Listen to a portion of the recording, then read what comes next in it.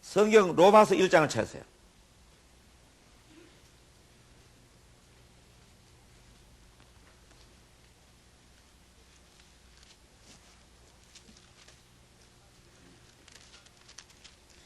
(240페이지입니다)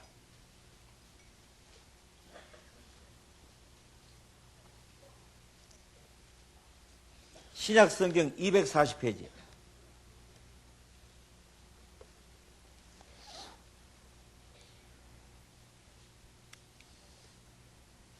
(18절부터) 읽겠습니다.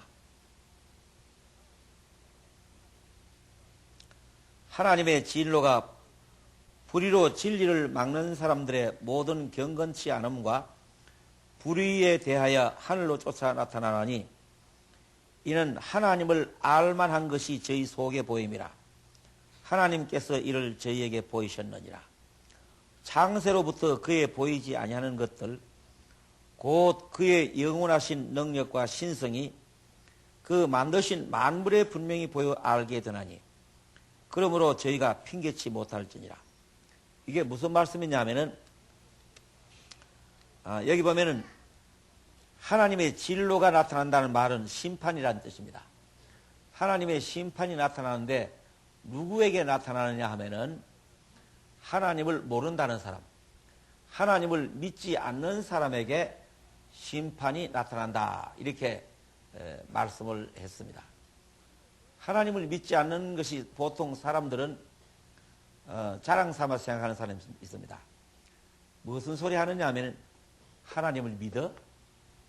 네 주먹을 믿으라고 하지. 자기 주먹을 믿을지언정 하나님은 안 믿는데요.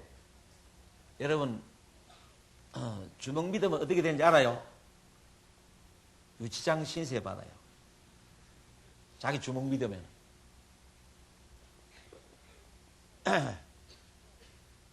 이 주먹 믿고 사는 사람 있잖아요.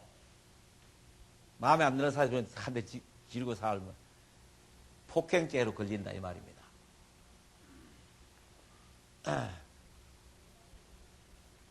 죄 가운데 제일 큰 죄가 뭐냐 하면은 하나님을 안 믿는 것이 제일 큰 죄입니다.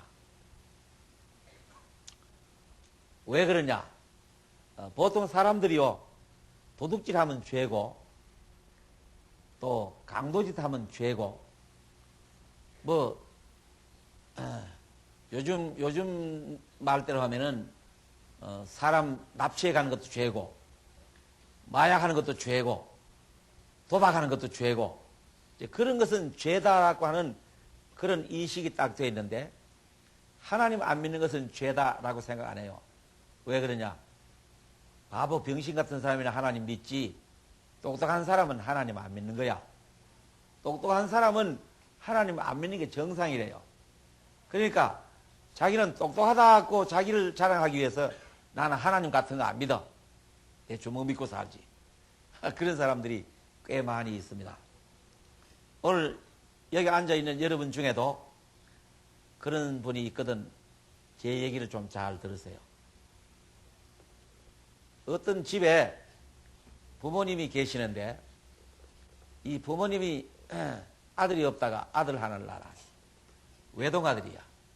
이 외동아들을 어떻게 얼마나 귀엽게 길렀던지 그냥 손바닥에 얹어놓고 만날 얼른 키우고 이렇게 이제 키워서 너무 귀엽게 키워가지고 이게 좀 버릇이 없어요. 이제 다 컸습니다. 커가지고 이제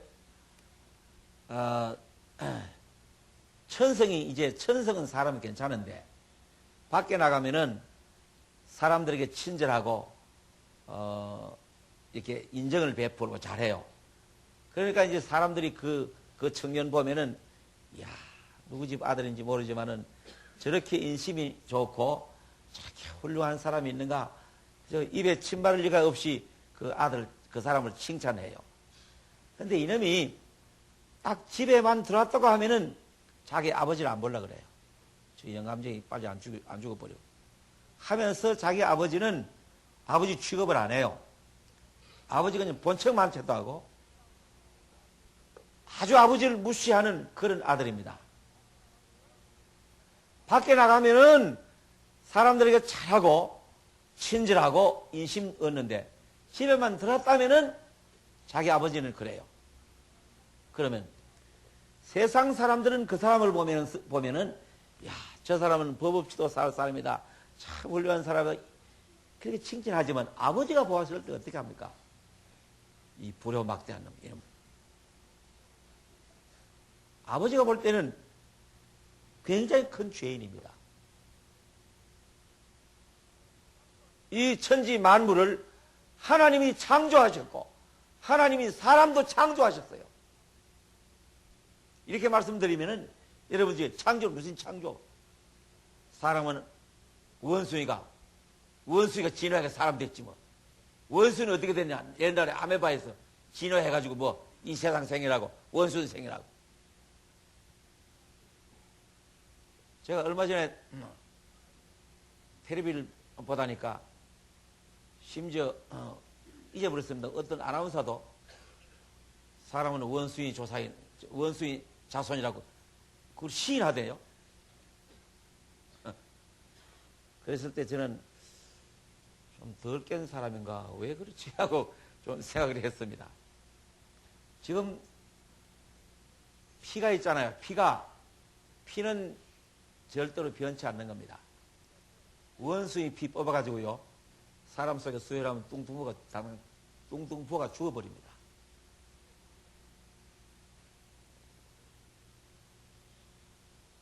피는 혈통이라는 피는 영원히 변치 않는 것입니다. 원숭이 자손이라고?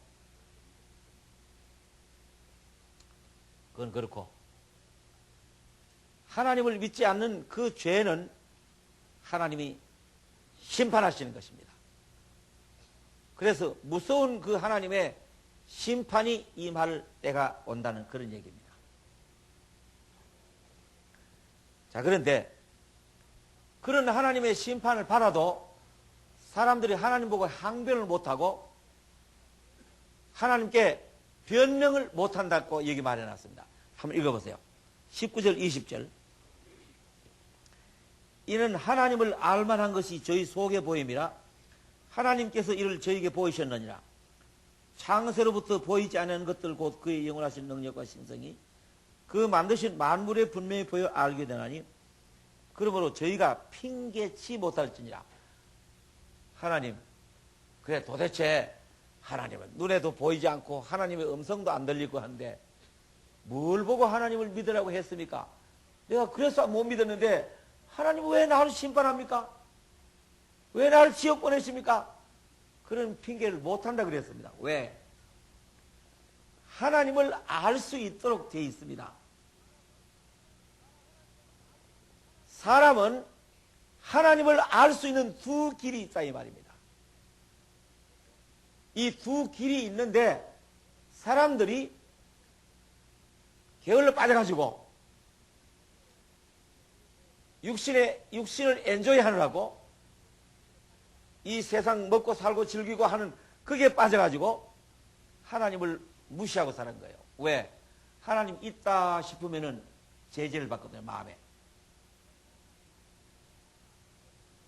그래서 하나님을 안 찾았다 이 말입니다. 그러나 하나님을 알 수 있는 두 길이 있는데 첫째는 뭐냐? 저희 속에 있다 이 말입니다. 자, 여러분 혹시 오늘 여기 계시는 여러분 중에 하나님이 없다고 생각하는 분, 하나님 안 믿는다고 생각하는 분은 이렇게 한번 생각해 보십시오. 사람과 짐승이 뭐가 다르냐? 사람과 짐승이 왜 다르냐 이겁니다. 제가 항상 이런 얘기 합니다만은 이전에 저희 집에 개를 한 마리 먹이는데 개 이름이 라이저예요. 라이저는 저희가 붙인 게 아니고 처음부터 우리 집에 올 때부터 그 개가 라이저라고 해서 우리 집에 왔어요. 개가 조그만한 개라요. 개인데 이제 이 털이 눈 위에 털이가 길어가지고 눈을 이렇게 덮었어. 그래서 사람 보려면 이렇게 쳐들고 사람 보고 이랬어요. 이거 조그마한 개지만은요 굉장히 독해요. 대문적으로 사람이 들어오면은요, 근처 가서 이리 냄새 맡고는 그냥 아무짓도 안 해요. 근데 그 사람이 볼일 마치고 나가려고 하면은 한 발자국 밖에 내밀고 또 한 발자국 내밀려고 하는데 뒤에 가서 발꿈치로 꼭 무릎을 해요. 그러면 그 사람이 뭐, 걔가 크지 않으니까 뭐 큰 건 문제는 아닌데 깜짝 놀라가지고, 아이고! 그럼 요 라이즈가 어딘지 알아요? 시침이 탁 떼고 모른 척하고 싹 돌아서 버려요. 그러면서 그냥 가버려요. 거기가 뭐가 없는 놈입니다. 뭐가 없습니까? 얌체가 없어요. 다른 말로 하면은 양심이 없어요. 양심이 없는 겁니다. 사람과 짐승이 다른 게 그거라요. 짐승은 영혼이 없기 때문에 죽음은 끝나요.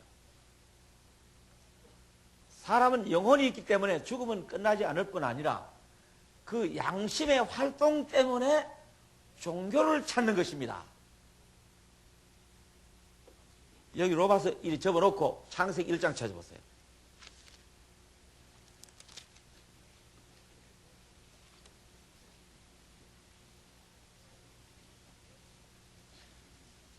성경 첫 장만 넘기십시오. 창세기 1장 27절.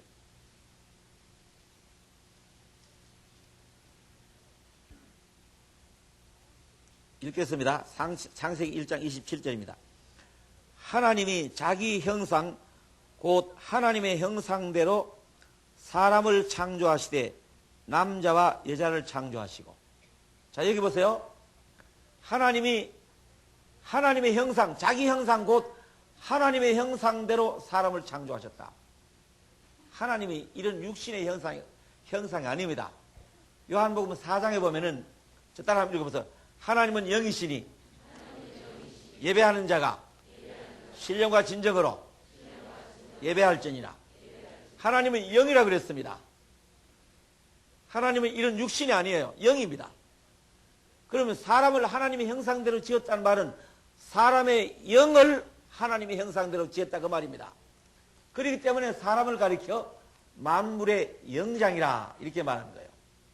만물의 영장이라. 그 영이 뭐냐? 양심입니다. 양심. 사람이 알아볼 수 있는 것은 양심입니다.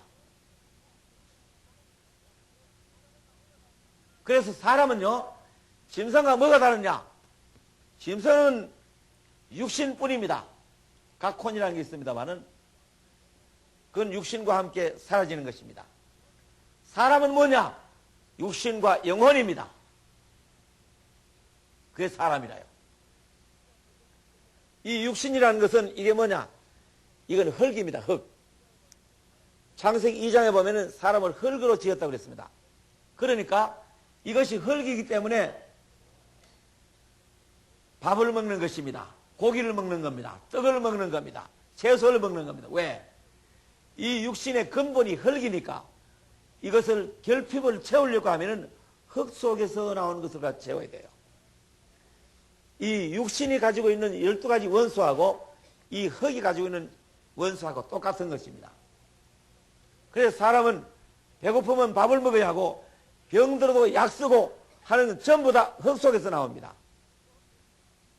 물도 흙 속에서 나오고 그것이 인간이라요. 그런데 돼지라는 놈 있잖아요. 돼지라는 놈 있잖아요. 돼지가 배가 고프면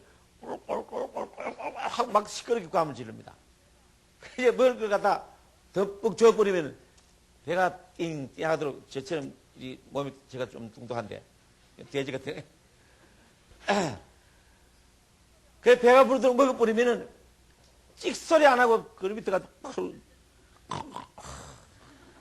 돼지가 코를 잘 골아요. 그 불만이 하나도 없어요. 아무런 불만이 없어요. 배만 부르면 불만이 없어요. 하나 물어봅시다. 정직하게 누가 대답하십시오. 나는 배만 부르면 아무 불만 없습니다 하는 사람 손 들으세요. 손드는 사람이 있으면 내가 욕을 해줄 셈인데. 돼지 같은 사람이라고. 왜 그렇습니까? 왜 사람은 배가 불러도 만족이 없습니까? 왜 그래요? 그 이유가 뭐예요? 영혼이 배고프기 때문에 그래요. 속에 영혼이 배고프기 때문에 그래요.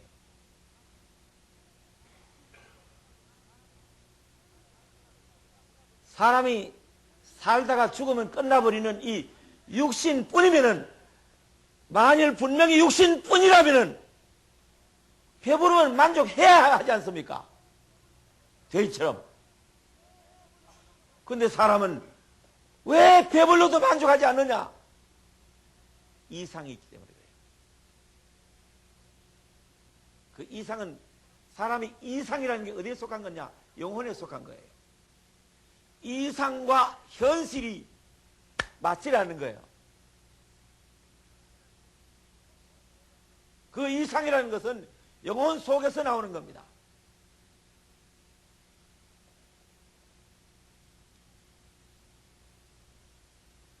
분명히 사람은 하나님의 형상대로 지어진 영혼을 가진 인간입니다. 흙은, 육신은 흙 속에서 나온 인간이고,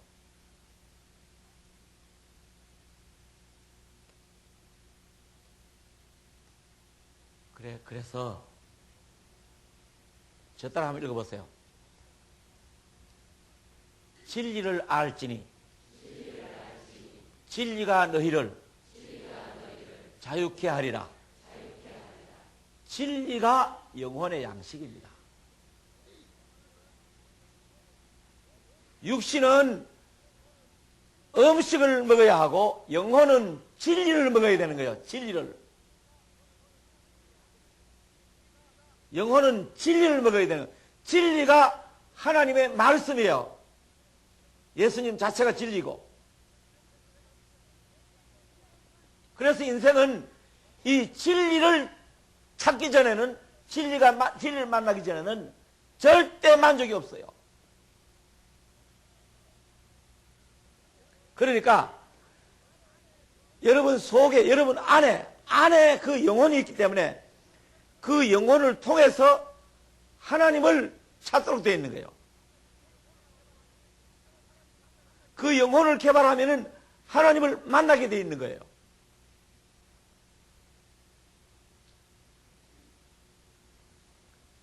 이 세상에 성경을 들고 읽는 사람, 성경을 들고 말하는 사람 많지만은 참으로 그 영혼 속에 하나님을 만난 사람은 극히 적은 것 같습니다. 그게 문제라요. 하나님을 만나는 것은 하나님의 말씀을 통해서 만나는 겁니다. 그 다음에 또 하나님을 알 수 있는 두 번째 길이 뭐냐? 20절 보세요. 로마서 1장 20절.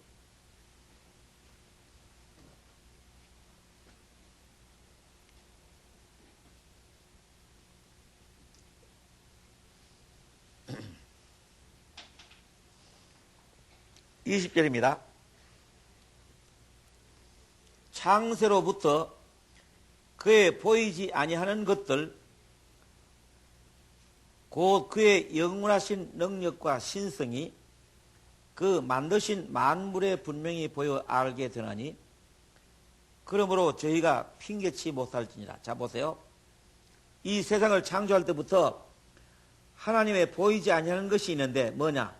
하나님의 영원하신 능력하고 하나님의 신성입니다. 하나님의 능력과 신성은 보이지는 않지만은 하나님이 만들어 놓으신 만물 속에 보여져 있다, 이 말입니다. 이게 무슨 말이냐면, 자, 여기를 한번 보세요. 가령 이것이 그림이라고 합시다. 그림. 여기 밑에 그림 있죠.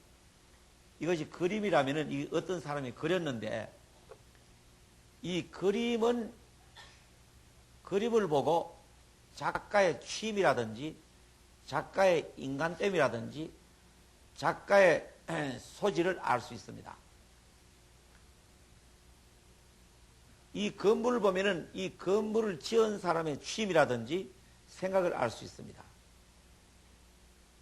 그런 것처럼 이 천지 만물은 하나님이 창조하셨기 때문에 이 만물 속에 하나님의 성품, 하나님의 취미, 하나님의 신성, 하나님의 능력, 그 조화를 알 수 있다. 이 말입니다. 이건 하나님의 작품이기 때문에 이 천지 만물은 하나님의 작품입니다. 그걸 얘기하고 있어요. 자, 그래서 지금부터 잠깐 또한 그 문제를 좀 생각하려고 합니다. 히브리서 11장을 찾으세요.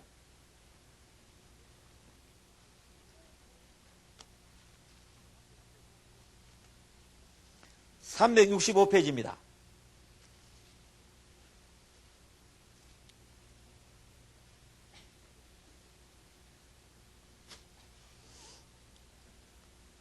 (365페이지요) 히브리서 11장 3절입니다.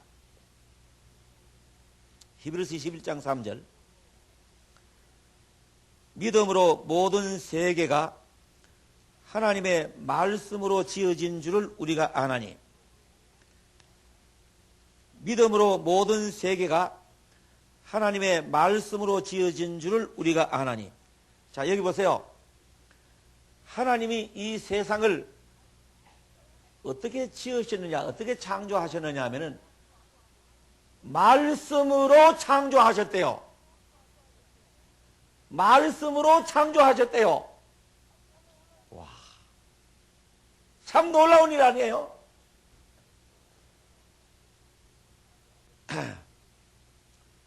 사람들은 이런 건물을 어떻게 짓느냐, 이런 건물을 어떻게 짓느냐. 불도저가 있어야 되고, 인부가 있어야 되고, 기술자가 있어야 되고, 그렇게 해서 이런 건물을 짓는데 하나님은 그냥 말씀으로 이 세상을 창조하셨대요. 그러니까 사람들이 그따위 그런 게 어디냐고. 태양아 생기라고 하는 게 태양이 생겼고, 지구야 나오라 하면 지구야 나왔고, 그따위 게 어디냐고 말이야. 그래서 사람들은 자기 생각하고는 틀리니까 자기하고는 안 맞는 거니까 안 믿는 거예요.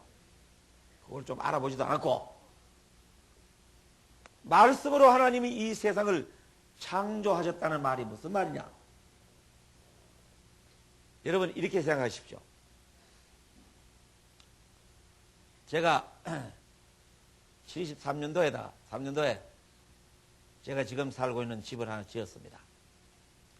제가 그때에 방송국에 근무할 때입니다. 어떤 방송국에 근무할 때인데 그 집을 지었어요. 그럼 그 집을 지을 때의 제일 첫째 과정이 뭐냐 하면은 설계입니다. 제가 그 집을 짓기 위해서 시내 개인주택 돌아다니면서 수탁 구경을 했습니다. 그리고 제 마음속에 이렇게 집을 지어야 되겠다라고 하는 아이디어가 하나 머릿속에 떠올랐습니다. 그 다음 행동이 뭐냐 하면은 설계사무소에 찾아가서 내가 집을 지으려고 하는데 설계를 하나 해주시오 라고 하는 겁니다.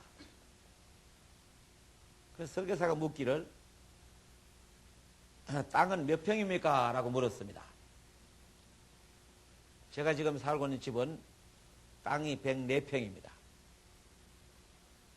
집은 몇 층으로 짓습니까? 라고 물었습니다. 제가 지금 살고 있는 집은 3층 집입니다. 그 다음에 출입구는 어디다 내고 거실은 어떻게 하고 전부 화장실은 어디다 내고 이렇게 전부 물었습니다. 묻는 대로 제가 대답을 했습니다. 한 달쯤 지나니까 설계가 다 됐으니 찾아가시오. 그게 청사진입니다. 그래 이만한 책 같은 게 하나 생겨요. 그 다음에 제가 뭘 했냐면은 감독을 하나 불렀습니다. 내가 집을 하나 지으려고 하는데 이 설계를 가지고 내 집을 지을 텐데 감독을 해 주시오. 해서 감독을 하나 초빙을 해서 그 감독에게 맡겼습니다. 석 달 동안 지어가지고 집이 완성돼서 들어갔습니다. 그러면 저는 그 집을 뭘로 지었느냐? 제 말로 지은 거예요.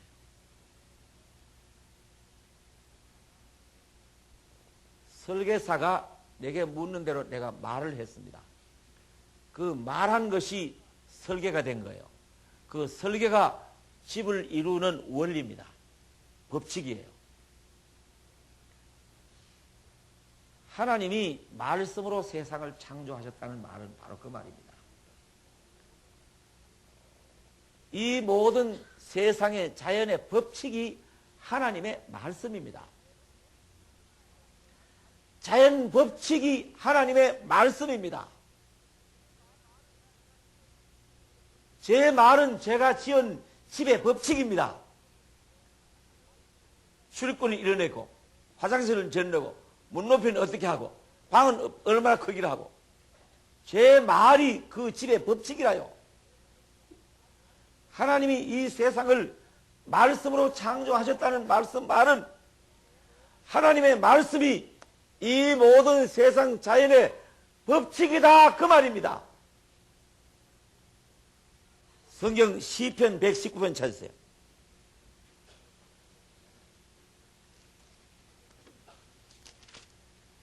892페이지입니다. 구약 성경 892페이지입니다.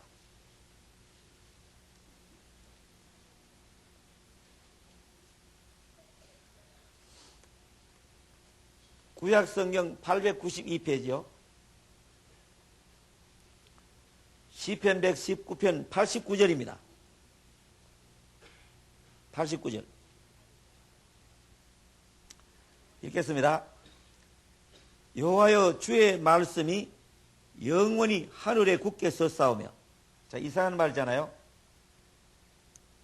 여기 한번 보세요. 하나님의 말씀이 계셨다. 이 말씀은 이 역사에 대한 계획입니다. 이 역사에 대한 계획이고 설계입니다. 법칙입니다. 이 인류의 역사라는 것은 하나님의 말씀에 의해서 창조되었고 진행 중에 있습니다. 그렇기 때문에 하나님의 설계의 말씀, 계획의 말씀이 먼저 계셨고 그 말씀 따라서 창조도 이루어지고 역사도 이루어져 가는 겁니다. 그 다음에 보세요. 90절. 주의 성실하심은 대대에 일어나이다. 주께서 땅을 세우셨으므로 땅이 항상 있사오니 하나님이 땅을 세우셨다 그랬습니다. 그 다음에 91절. 저 따라 읽어보세요. 천지가 주의 규례대로 오늘까지 있으면 만물이 주의 종이 된 연권이다. 여기 보세요. 이 규례라는 말, 이꼬르 규례라는 것은 법칙입니다. 규례라는 말은 법칙이라는 말입니다. 여기 보세요. 천지가 하늘과 땅이 천체, 저 하늘의 별들, 그 다음에 태양, 이건 천천입니다. 땅이 주의 규례도 하나님의 규례, 하나님의 법칙대로 오늘까지 있으면 보세요. 이 모든 자연의 법칙이 하나님의 말씀이에요. 제가 지은 집의 법칙이 제 말인 것처럼 하나님이 말씀으로 세상을 창조하셨다는 말은 법칙을 내놓으셔서 법칙에 의해서 이 세상이 창조됐다 그 말입니다. 여러분, 잘못된 거 있습니까?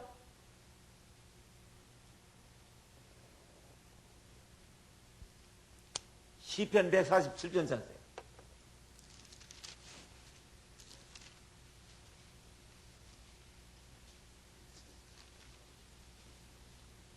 (908페이지요)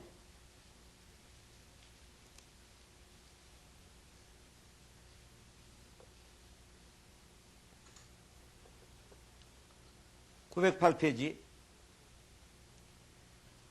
15절입니다. 15절. 그 명을 땅에 보내시니 그 말씀이 속히 달리는도다. 눈을 양털같이 내리시며 서리를 재같이 흩으시며 우박을 떡부스러기같이 뿌리시나니 누가 능히 그 추위를 감당하리요. 그 말씀을 보내사 그것들을 녹이시고 바람을 불게 하신즉 물이 흐르는도다. 자, 여기 보세요. 하나님의 명령이 말씀이잖아요. 하나님의 명령을 땅에다 보내니까 땅에 어떤 일이 일어나냐 하면은 말씀이 달려간다. 참 희한한 말이요. 말씀이 막 달려간다요. 그 말씀이 달려가는 게 뭐냐? 말씀이 달려가니까 팔팔팔팔 눈이 내려. 양털 같은 눈이 내린다 이 말이에요. 그게 무슨 말입니까? 법이 진행된다 말 아닙니까? 법칙이 진행된다 말 아닙니까? 가을에서 겨울이 되고 저기압이 생기고 구름에서 비가 내리다가 얼어버리니까 눈이 펄펄펄펄 내리는 거예요. 그게 말씀의 다람박질이다. 법칙의 운행이다 이 말이에요. 그 다음에 또 보세요.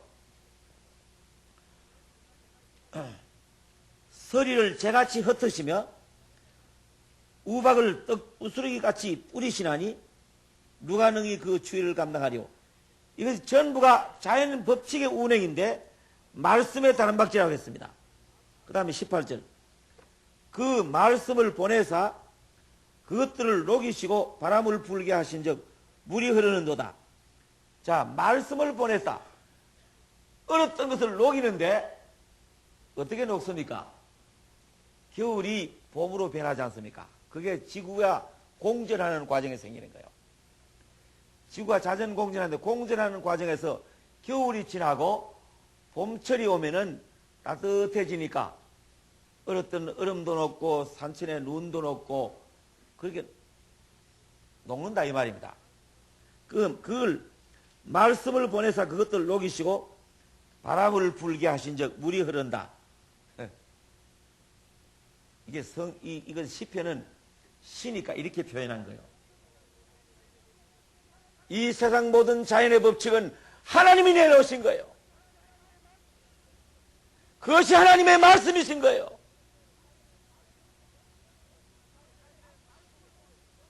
그 자연의 말씀을 통해서 법칙을 통해서 이 모든 세상을 창조하셨다 이 말입니다. 하나님이 누구예요? 법칙의 근본, 진리의 근본 그분이 하나님이요. 사람들이 하나님을 모르니까요 얼마나 답답한지 몰라요.